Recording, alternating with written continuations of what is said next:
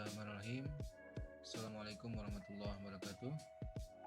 Baik, pada video kali ini kami dari kelompok 6 akan membahas mengenai materi ke-11 praktek komputer mengenai fungsi string, left, mid, dan right, dan fungsi lookup, VLOOKUP, dan HLOOKUP. Jadi kami beranggotakan Hafizul Khairi, Daifil Laras, Sukri Hidayat, dan Nulai Syaluni dengan dosen pembimbing kami yaitu Ibu Fmi Mayana Eskom MKOM. Baiklah, pada video kali ini kita akan membahas mengenai materi ini, mengenai fungsi string dan fungsi lookup. Langsung pada materinya saja ya. Baik, fungsi string. Fungsi string itu adalah fungsi yang digunakan untuk melakukan manipulasi, mengambil, mengubah data karakter atau string. Jadi, secara sederhananya, fungsi string itu yaitu mengambil beberapa huruf. Jadi, mengambil beberapa data karakter. Data karakter itu yaitu berupa huruf ini. M, E, N, G, A. Itu namanya karakter atau huruf. Jadi, itu mengenai fungsi string. Jadi, fungsi string ini terbagi menjadi 3, yaitu fungsi string yang left, mid, dan right. Untuk left ini, left itu memiliki fungsi mengambil beberapa huruf yang dimulai dari kiri.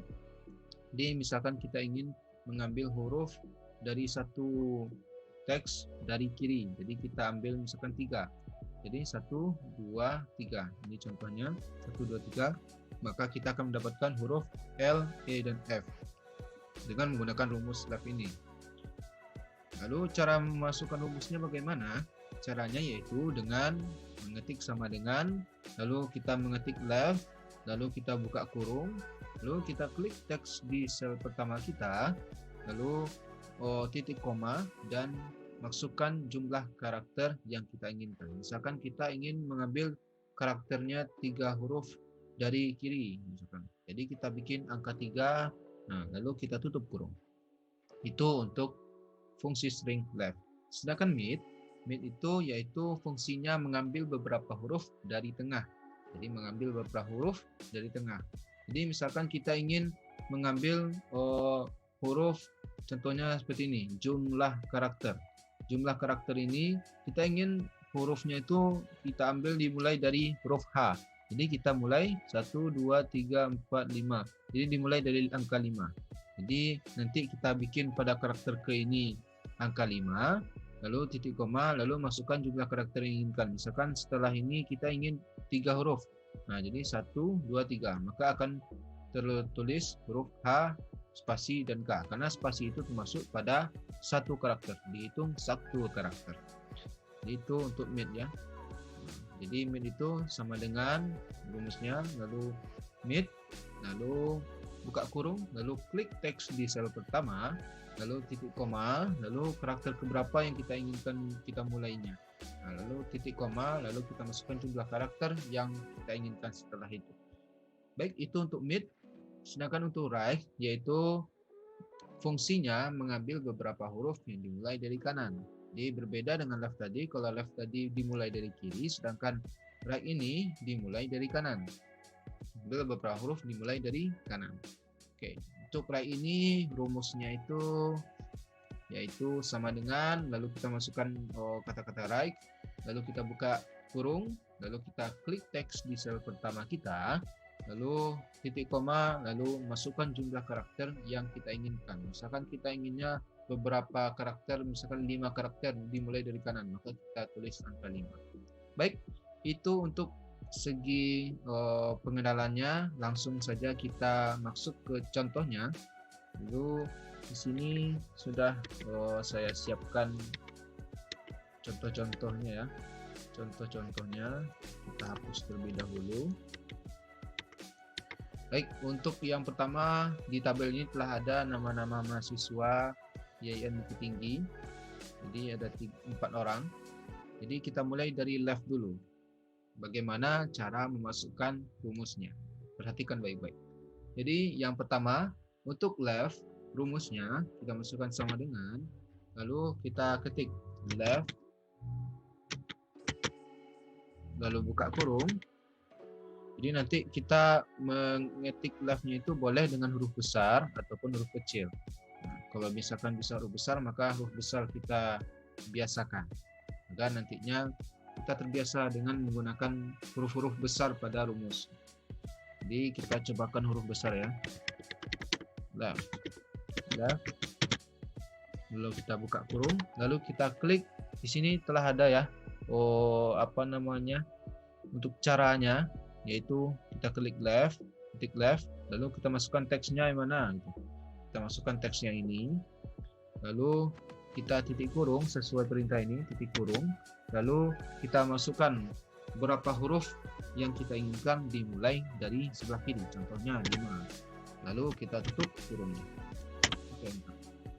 Maka akan kelihatan 5 huruf yang dimulai dari kiri, itu 1, 2, 3, 4, 5.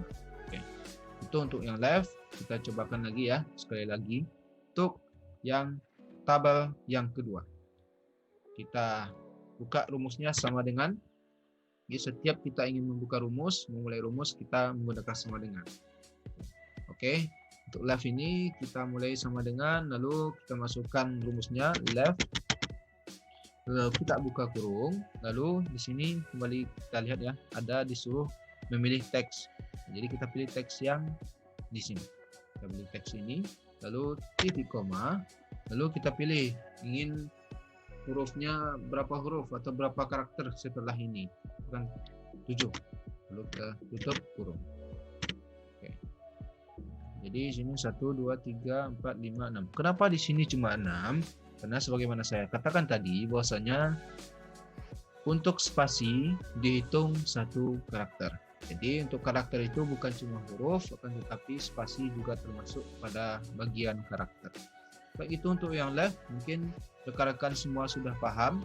Kita lanjutkan pada mid. Untuk mid ini kita masukkan rumusnya sama dengan, lalu kita masukkan rumusnya mid, lalu kita buka kurung. Nah, lalu sini juga bisa kita lihat ya. Sini kalau saya sekarang menggunakan Microsoft Excel 2007. Jadi kita ketik teks di sini ya. Nah, klik teks yang ini di kolom pertama, lalu titik koma, lalu kita ingin mulainya dari huruf yang mana? Misalkan huruf Z. Jadi kita hitungnya 1, 2, 3, 4, 5. Jadi angka 5. Ini dimulai dari huruf kelima. Lalu inginnya sampai berapa huruf setelah Z ini? Misalkan 1, 2, 3, 4, 5 juga 5. Lalu kita tutup kurungnya. Lalu kita tekan enter. Maka akan kelihatan 1, 2, 3, 4, 5 karena spasi dihitung 1 karakter. Jadi kalau misalkan kita inginnya semuanya itu sama-sama dimulai dari huruf yang kelima dan batasannya sampai 5 huruf. Nah, kita tinggal seret bagian kanan bawah ini. Selalu bawah. Maka akan kelihatan level laras. Nah, jadi kita 1, 2, 3, 4 lalu 5. Lalu nanti 1, 2, 3, 4, 5. 1, 2, 3, 4, 5. Jadi akan kelihatan seperti ini. Jadi kalau misalkan untuk tabel kita sama-sama semuanya dimulai dari angka 5. Dan dibatasi sampai 5 huruf ke bagian kanan. Itu untuk mid. Mid ini berasal dari kata bahasa Inggris yang sebenarnya middle kepanjangannya. Middle yang artinya tengah. Itu ya. Sedangkan left ini kiri. Lalu selanjutnya mungkin kita sudah paham mengenai mid ya. Langsung kita masuk ke right atau kanan. Jadi kita mengambil data, mengambil karakter dimulai dari kanan.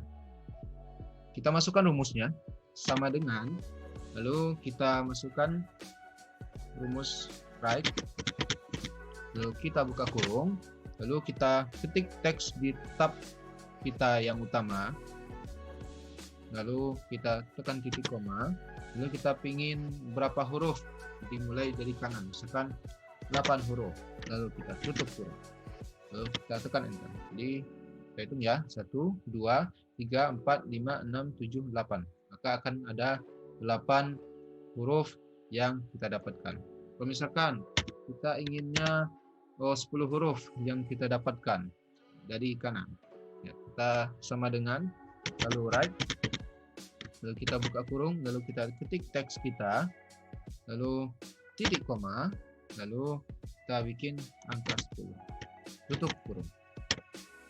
Akan terlihat 1, 2, 3, 4, 5, 6, 7, 8, 9, 10. Ada 10 karakter.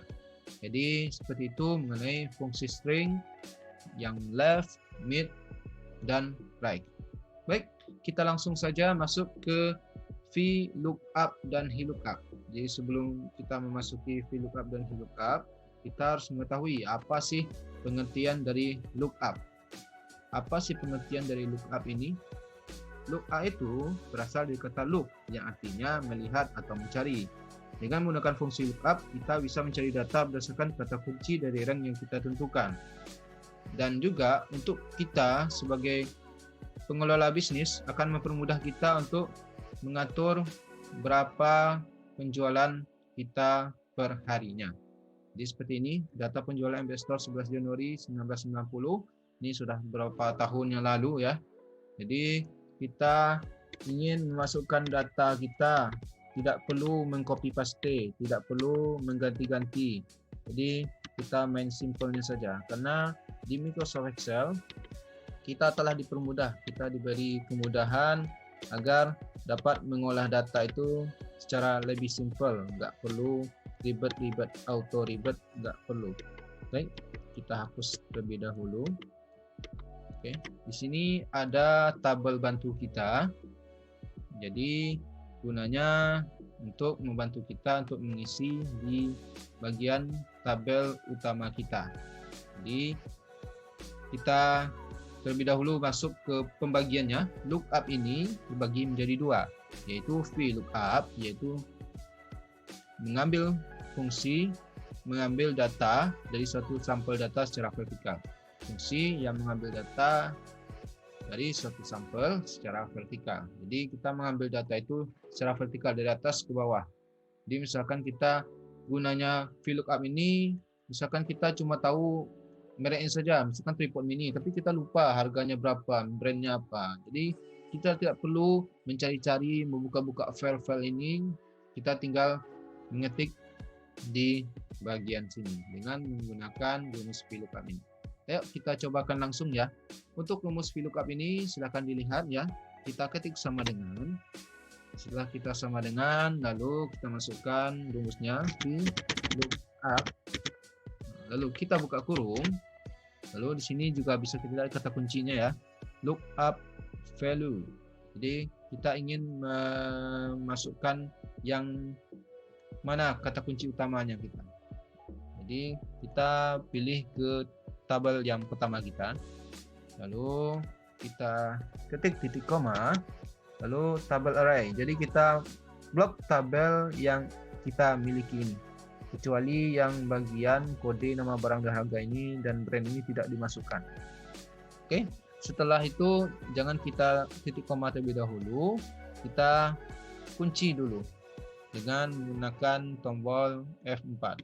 Nah, lalu kita tekan tombol F4 lagi. Nah, lalu kita klik di bagian sini, lalu kita titik koma, lalu kita ingin masukkan nama barang. Nama barang ini bagian tabel keberapa?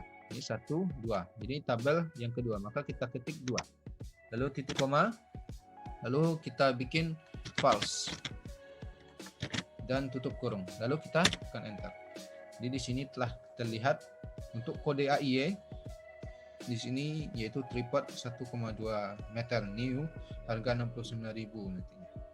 Oke, kita mulai dari nama barang dulu, lalu kita crop, kita geser ke bawah ya, biar kita nggak perlu ribet-ribet. Nah, maka akan terlihat semuanya. ZXC ini untuk headset kabel, lalu LSF, SHP, dan yang lain-lainnya. Lanjut ke bagian harga. Jadi kita nggak perlu ribet-ribet lagi nih untuk harga ini. Kita tinggal klik di bagian tripod ini, nama barang ini. Lalu kita lihat pada formula bar kita. Lalu kita blok semuanya. Oke. Kita blok, lalu kita copy. Lalu kita klik di bagian sini agar formula kita tidak hilang atau tidak kemana-mana. Jadi Langsung selanjutnya itu kita ketik di bagian harga ini, lalu klik ya, lalu kita masukkan rumus di bagian atas formula bar kita, Ctrl V. Jadi kita untuk harga ini terdapat pada kolom yang ketiga, maka kita ganti sebelum false ini kita ganti angka 3. Oke, lalu kita tekan enter, maka akan kelihatan harganya 69.000 dan tripod mini 21.000, case HP 25.000. Lanjut ke bagian brand, sama seperti yang tadi, kita tinggal paste saja untuk mempermudah, dan jangan lupa untuk mengganti di bagian sebelum false ini. False, titik koma, jadi kita ganti ke nomor berapa yang bagian brand, 1, 2, 3, 4 pada tabel keempat, maka kita ketik angka 4, lalu kita tekan enter dan kelihatan brand-brandnya. Baik, kita geser ke bawah, seret ke bawah. Oke, langsung kelihatan berapa harganya, apa brandnya, dan nama barangnya. Kalau misalkan di sini, oh iya, kita untuk nomor 2 ini penjualan yang kedua kita nggak headset kabel, rupanya case HP. Kita tinggal mengganti saja kodenya LSF sesuai dengan sini. Lalu kita enter. Maka tadi dari headset kabel, maka akan berubah jadi case HP dengan harga dan spigen dan mereknya langsung berubah. Jadi itu mempermudahnya. Atau yang bagian yang keempat ini bukan headset kabel, rupanya tripod. Kita ganti saja AIY. Enter. Maka akan berubah nama barang, harga barang, dan brandnya. Jadi seperti itu untuk VLOOKUP. Jadi untuk mempermudah kita dalam mengambil data dari satu sampel data secara vertikal. Selanjutnya mengenai VLOOKUP. Untuk VLOOKUP itu hampir sama dengan VLOOKUP tadi, namun bedanya kalau VLOOKUP itu dari vertikal, dari atas ke bawah. Sedangkan VLOOKUP itu fungsi yang mengambil data dari satu data secara horizontal. Jadi horizontal itu dari kiri ke kanan. Jadi sini berbeda ya. Kalau pada header di sini, headernya dari kiri letaknya, sedangkan VLOOKUP tadi headernya bagian atas. Itu perbedaannya. Jadi kalau VLOOKUP kita mengambil data secara horizontal. Nah, jadi kita hapus terlebih dahulu.